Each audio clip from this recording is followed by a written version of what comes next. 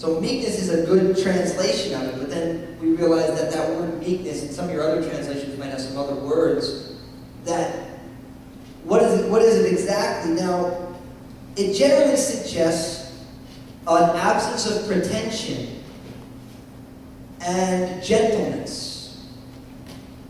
But when you think of somebody who isn't pretentious and who is gentle, you realize that the concept of gentleness entails a certain sense of self-control.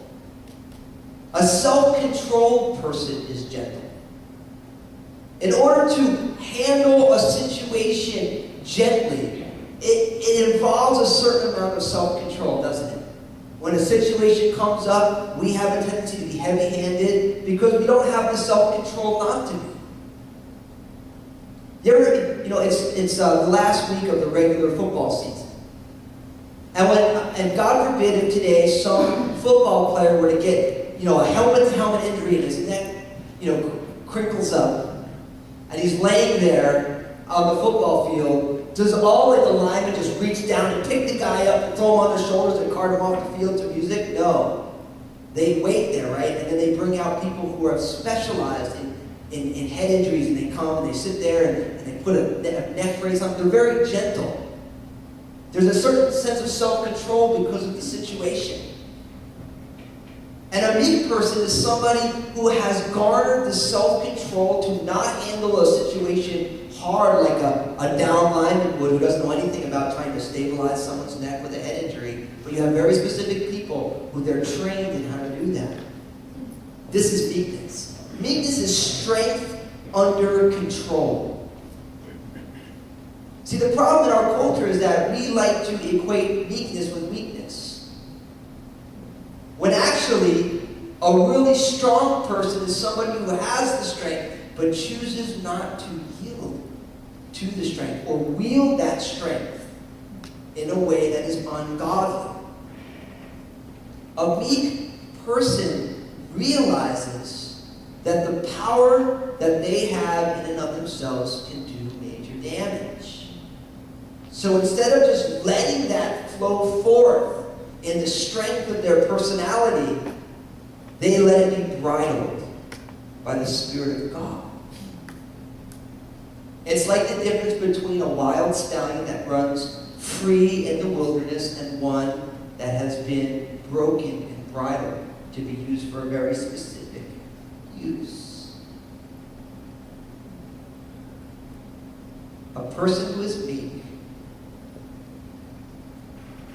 is somebody who understands they are created in the image of God and also understands that they are dreadfully warped and has allowed God to bridle them.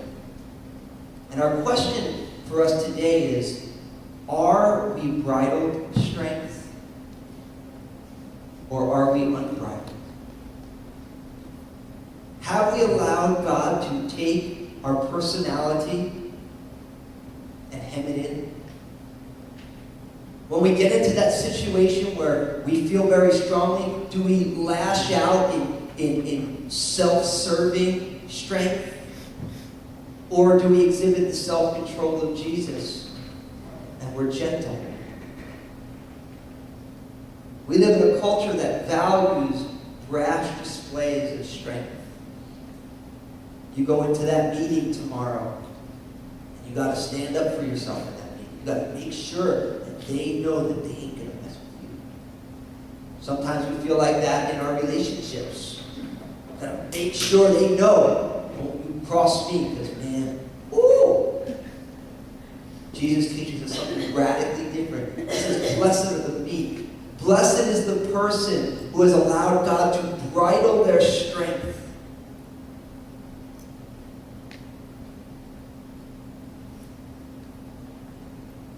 Jesus spoke of himself. In Matthew chapter 11, it says, "Come to me, all you who labor and are heavy laden. I will give you rest. Take my yoke upon you and learn from me, for I am meek and lowly of heart. You will find rest for your souls."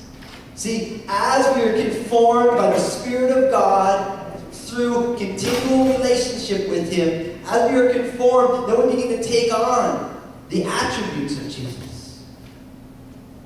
People always say, I want to be more like Christ. Like, how do I do it? You spend time with him. That's how you do it. Just like you become conformed to whatever you spend all your time with. My favorite example always is when I first got married. Now, I'm from New Jersey. And when you're from New Jersey, there's a certain lack of meekness that comes inherent with growing up in that environment. And, you guys know my wife Lynn. And my wife Lynn is hands down the sweetest person that I've ever met.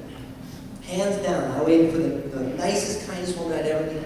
I said, Lord, as long as she loves you, I'm going to make that woman my wife.